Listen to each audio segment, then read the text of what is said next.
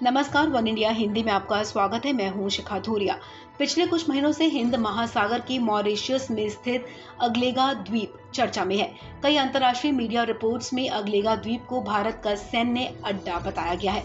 ये सच है कि मॉरिशस के अगलेगा द्वीप को भारत विकसित कर रहा है। इस द्वीप पर स्थित हवाई पट्टी का कुछ दिनों पहले ही विस्तार किया गया है, लेकिन भारत यहाँ सैनिक अड्डा बना रहा है या नहीं, इस पर भारतीय सेना और सरकार की तरफ से कोई आधिकारिक बयान जारी नहीं किया गया है। दरअसल कुछ दिन पहले कतर स्थित अंतर्राष्ट्रीय न्यूज चैनल अल जजीरा ने अपने रिसर्च के आधार पर यह दावा कर समंदर में भारत की दमदार सैन्य मौजूदगी का इशारा किया है। अल जजीरा ने दावा किया कि भारत मॉरिशस से 1100 किलोमीटर दूर अगलेगा द्वीप में अपना नौ सैनिक अड्डा बना रहा है। इस संस्थान ने सैटेलाइट इमेज मौके पर चल रही निर्माण गतिविधियों के आधार पर दावा किया कि यहाँ तेजी से निर्माण कार्य चल रहा है। यहाँ भारत अंतर्राष्ट्रीय स्तर का हवाई पट्टी बना रहा है ताकि कोई भी जहाज आसानी से उतर सके।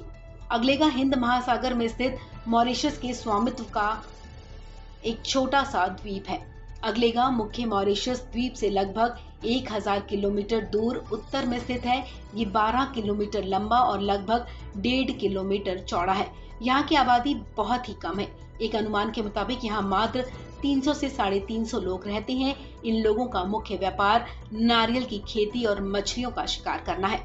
दरअसल भारत ने द्वीप के किनारों पर शिप और बोट के रुकने के लिए कई जेटी का निर्माण भी किया है। इसी को आधार बनाकर कई अंतर्राष्ट्रीय थिंक टैंक और मीडिया संस्थान इसे भारत का सैन्य अड्डा बता रहे हैं।